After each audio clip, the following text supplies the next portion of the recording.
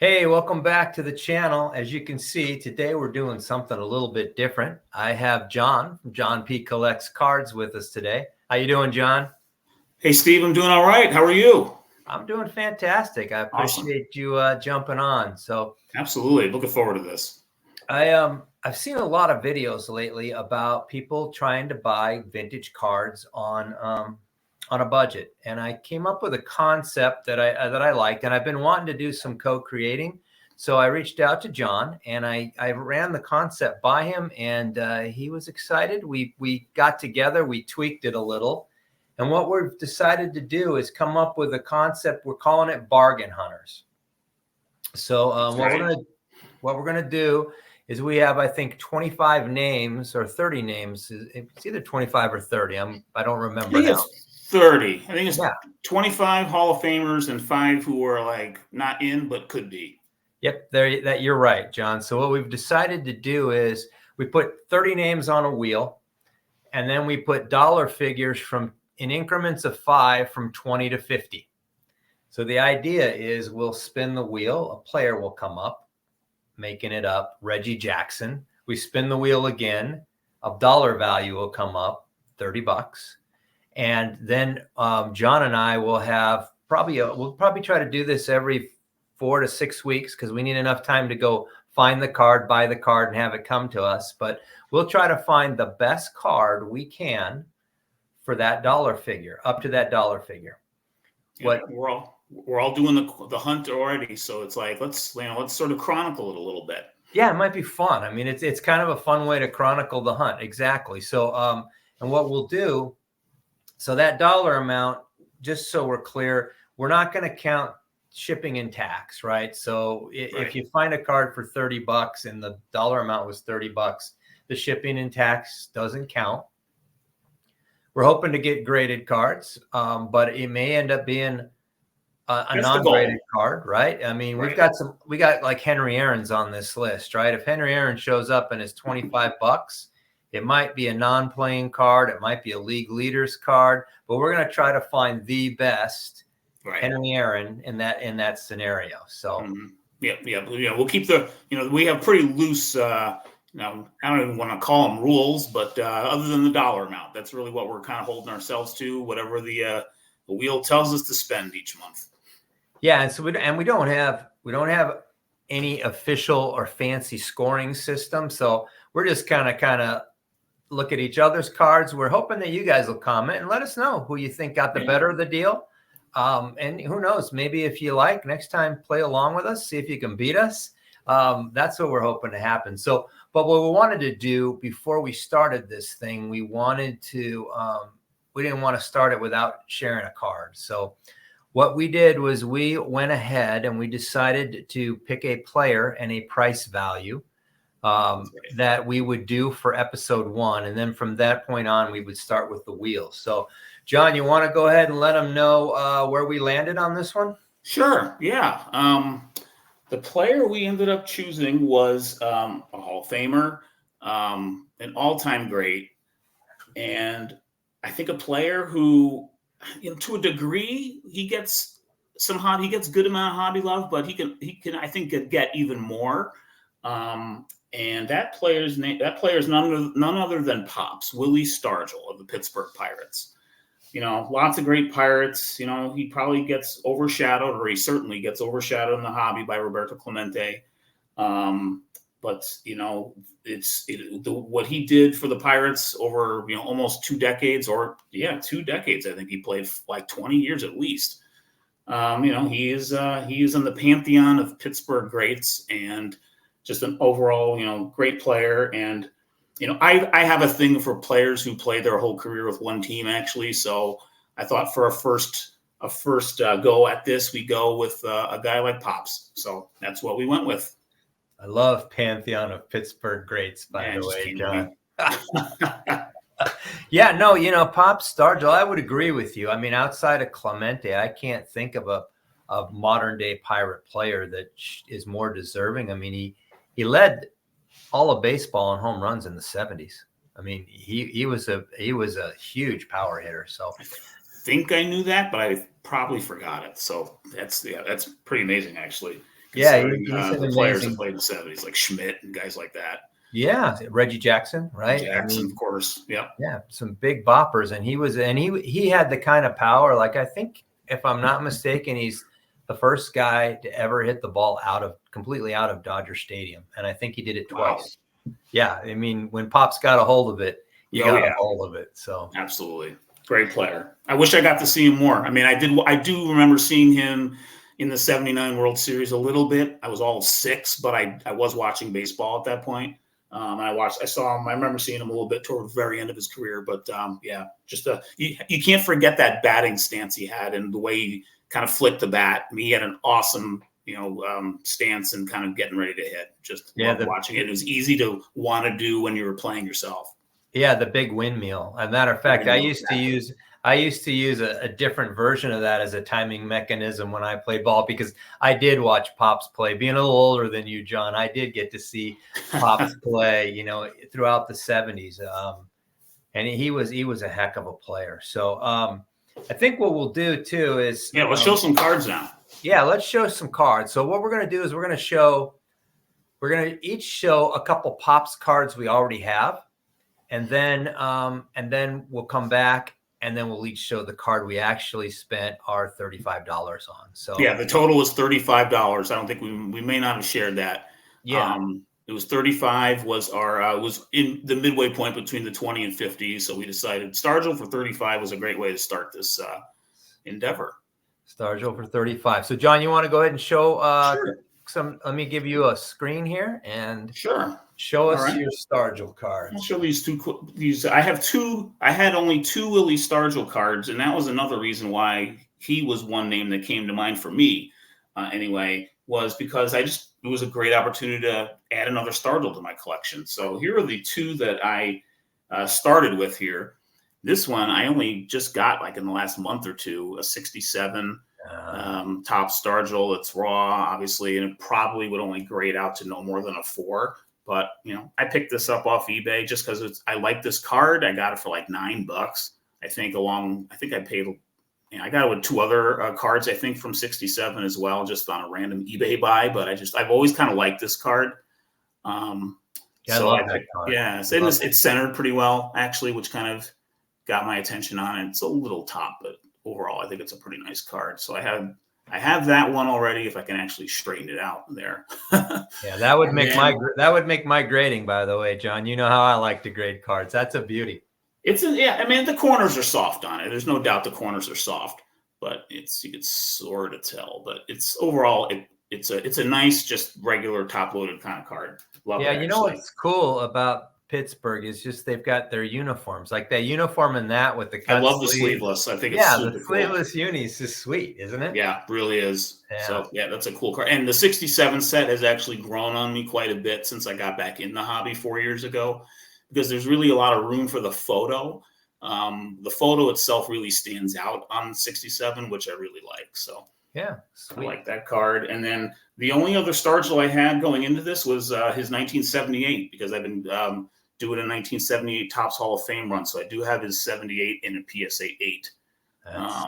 And here's another example of, jerseys, different kinds of jerseys they were wearing over the course of his career. The pinstripe kind of jersey. It's not even actually a pinstripe. It's sort of like I don't know what you'd call that. It's, kind of a thick pinstripe kind of pattern. It's pretty cool.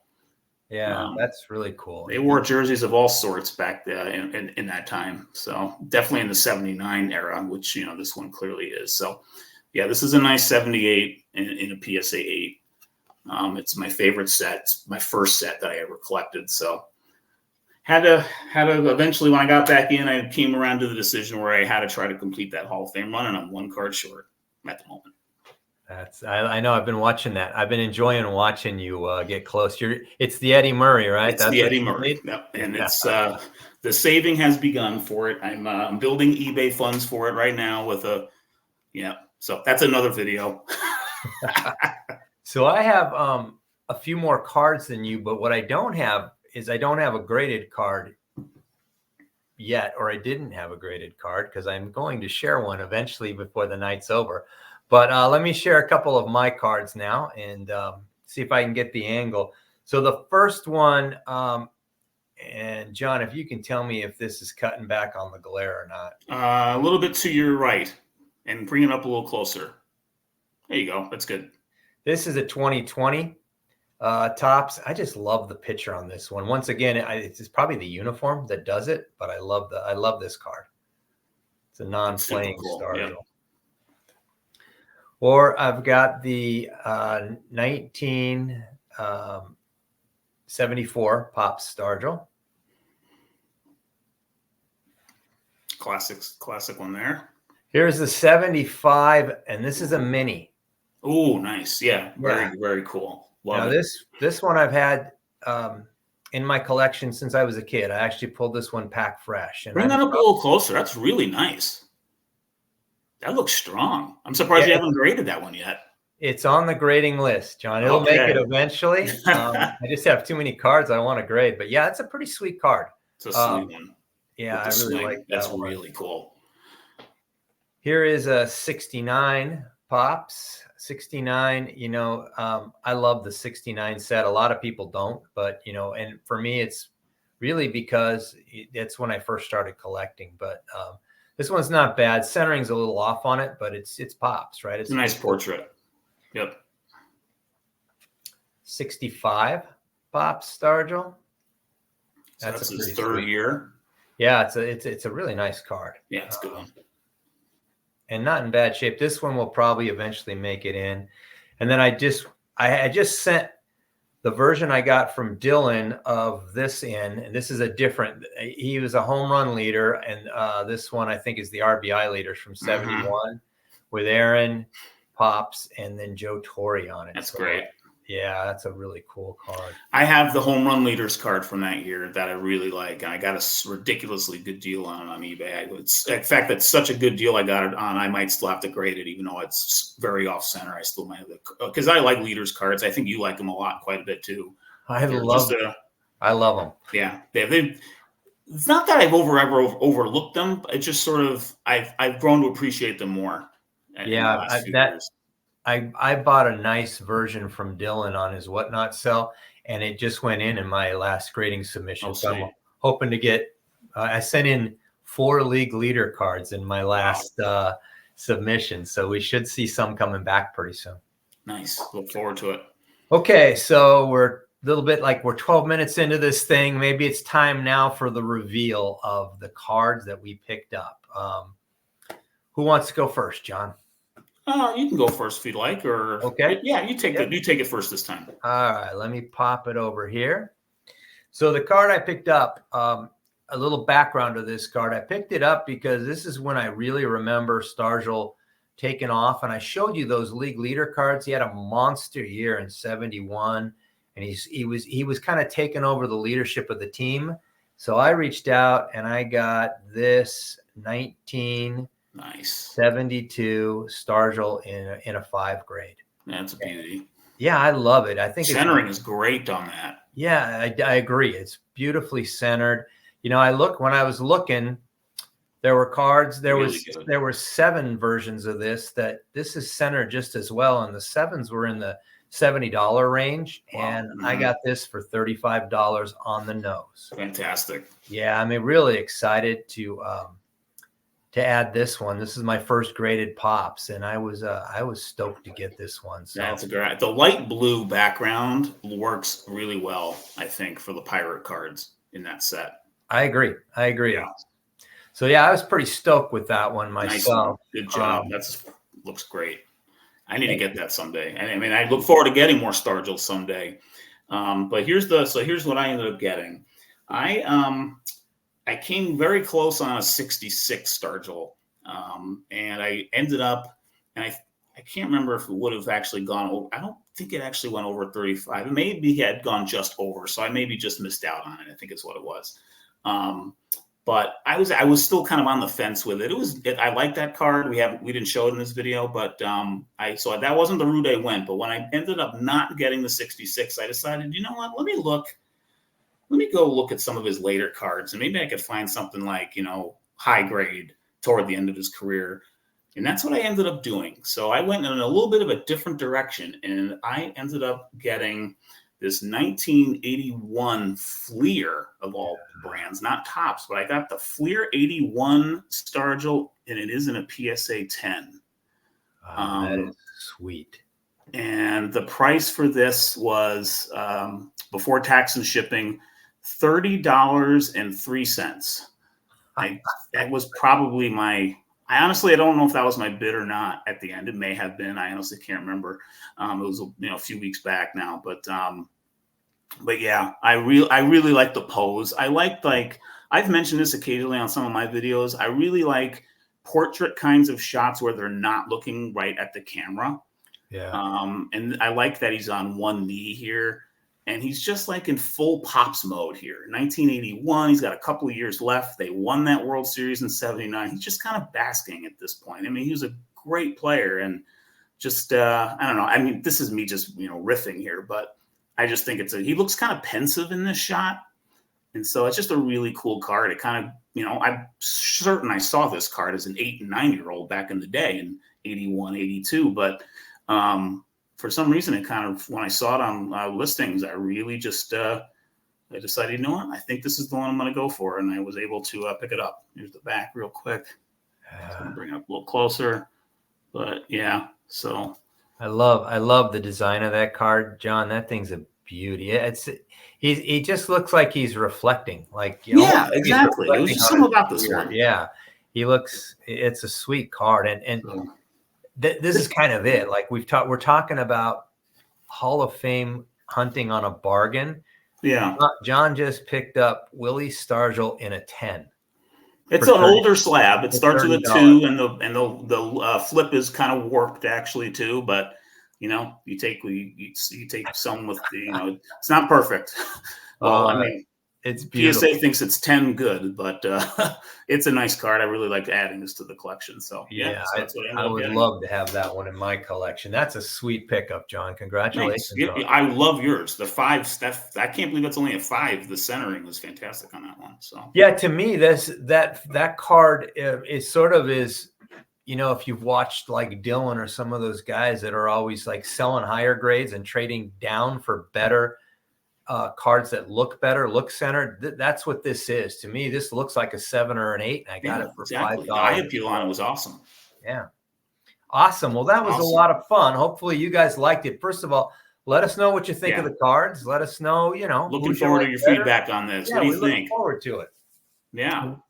But now we're not done. Yep, we're not done. Now we're going to figure out who we're going to use in next week's or next month's. Chase. Well, we can get them 2-day priority if we have to, and we do it next week. But well, that might be a little tough. and John and I have decided that we are going to carpool together down to Strongsville. That's so right. It may give us something to look at look for while we're there, John. We might be able to grab a deal. So let me make sure I'm doing this right. So I need to share my screen. And I need to pick we are going to go for the players first. Yeah, the old wheel of names. So there you can see the wheel of names. There's 35 of them. Some great Hall of Famers. I'm just going to spin it. I'll shuffle it. I'll shuffle it a couple times. 1, 2, 3. Actually, let's give them a couple of seconds to sort of see the names on there and then get a sense of the players that we ended up landing on. There's going to be some that you might say, oh, why isn't this player on there? But we decided to cut it off after I think 30 it may have been. It's a good round number. But 30 we've got is a nice number. A lot of great ones in here. Yeah, I mean, you can see right off the bat, right? I can see Jim Rice's name there, George Brett's name there, Roberto, Clemente, Gibson, Palmer, Frank Robinson, Pete Rose, Rocky Colavito. I mean, there's some. Colavito was a non-Hall of Famer. That was a cool ad that we have. I think that was your suggestion. I really liked that one. So yeah, I'd love to get more. I don't have a single Rocky Colavito card yet. I might have him on a combo card, maybe, but I don't have a base of his at all, a regular card of his at all. I don't think yet. I agree. I'm the same way. There's Nellie Fox. There's Early Wynn. There's Willie McCovey. Brooks Robinson. Some great players. Ernie Banks is on this list. Aaron Schmidt, Bench, Koufax. Roger Maris, another non-Hall of Famer that I don't own any of, really.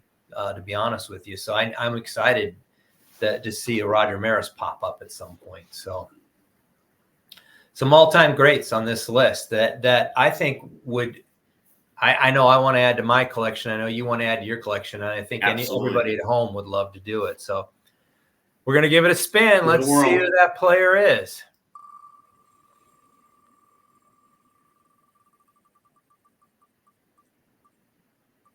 Speaking of Mr. Banks. Ernie Banks. I love that. Mr. Cub. I'm going to remove him from the wheel now, John. So we'll remember Ernie Banks. And now, always like looking for Ernie Banks cards. Oh, yeah. And now I'm going to share again because now not only do we want to know, who we're chasing, we know who we're chasing now. So now let's figure out how much money we have to go chase Mr. Banks. That's a good one. I think even if this comes up at 20, I think we can find something that'll work, or it'll be an interesting challenge. I agree with you. There's a lot of options for me. Graded might be hard. Well, graded won't be super hard. No, we can make this work. Yeah, I look forward to seeing what we got here. So once again, there's 20 through 50 in increments of 5. Each number has 2 spots on the wheel. I'm going to shuffle it a couple times, maybe 3 times, and here we go. All right.